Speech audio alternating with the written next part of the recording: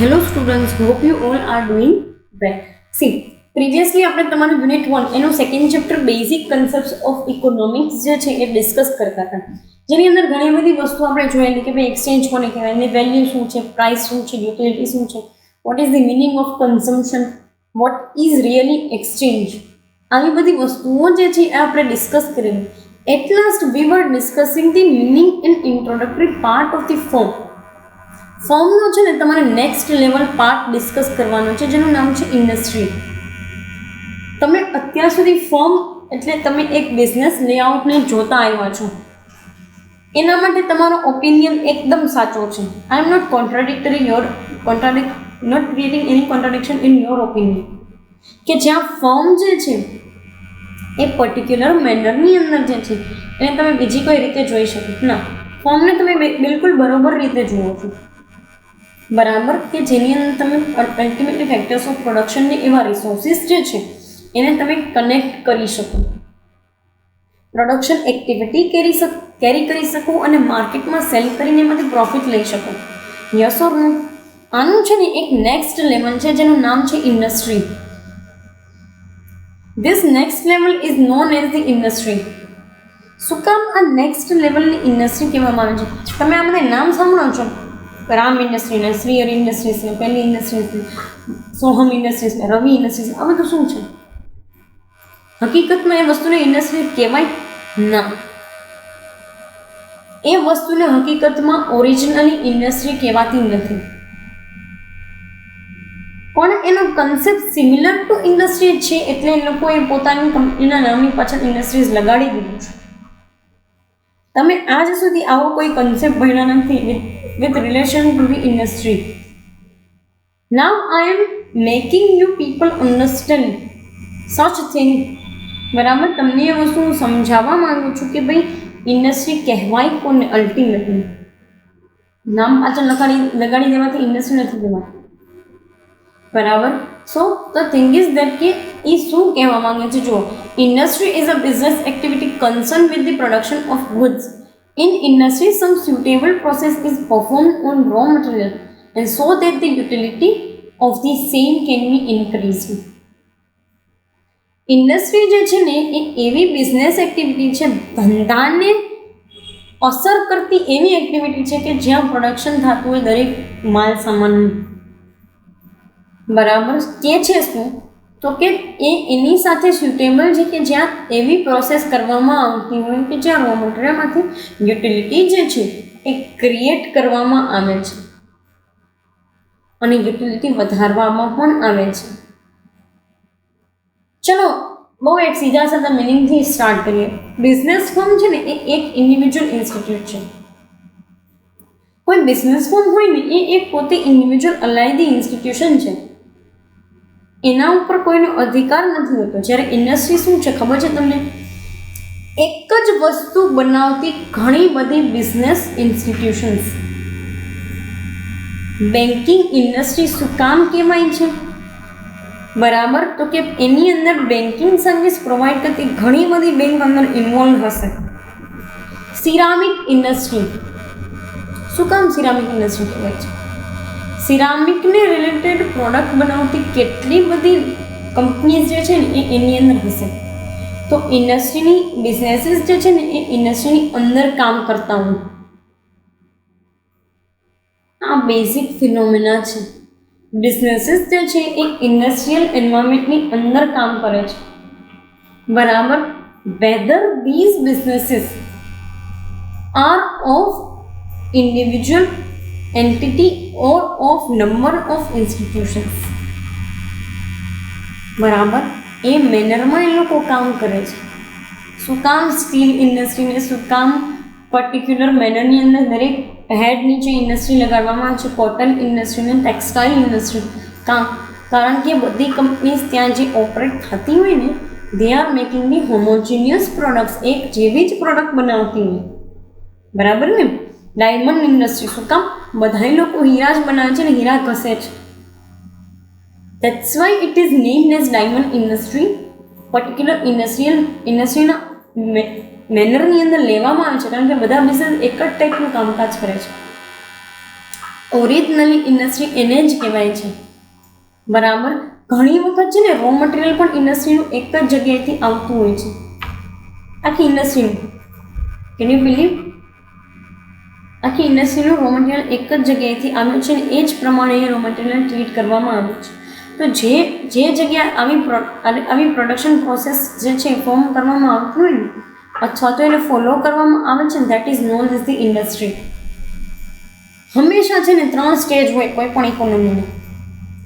કયા 3 સ્ટેજ? એક હોય ઇકોનોમી, અર્થતંત્ર પોતે, એની નીચે આવે ઇન્ડસ્ટ્રીયલ એન્વાયરમેન્ટ અને એની નીચે આ બધા બિઝનેસીસ આવે, બરાબર. તો 3 વેઝની અંદર કામકાજ કરતું હોય છે કોઈ પણ બિઝનેસ. એક તો ઇકોનોમી, એના અંડરમાં આવે ઇન્ડસ્ટ્રી અને ઇન્ડસ્ટ્રીના અંડરમાં આવે businesses. That's all and that's it. Fine. So એ મેનરની અંદર તમને કીધું છે. અમુક કેરેક્ટરિસ્ટિક્સ તમને અહીંયા છે સાઇડ કરેલા છે, જોઈ લઈએ શું કહે છે. In an industry, industrial process constitutes natural resources are used. In industrial process, natural resources use કરવામાં આવે છે. It constitutes of natural resources itself. દરેક ઇન્ડસ્ટ્રીની અંદર નેચરલ રિસોર્સિસ યુઝ કરવામાં આવતા જ હોય છે. પછી એ જમીનમાંથી મળેલું લોહ તત્વ કે લોખંડ છે, જમીનમાંથી મળેલું જે કંઈ પણ ફ્યુલ છે કે જમીનમાંથી મળેલો સોના કે એમાંથી નીકળેલા હીરા કે ખેતીવાડી તરફથી કરવામાં આવેલી કોઈ પણ ફૂડ પ્રોડક્ટની વસ્તુ, ઘઉં છે, ચોખા છે, એવી બધી વસ્તુ, કપાસિયા છે તો કપાસિયાનું તેલ, કપાસ છે તો કપડાં માટે, શણ છે તો શણની વસ્તુઓ બનાવવા માટે, શેરડી છે તો ખાંડ અને ગોળ માટે,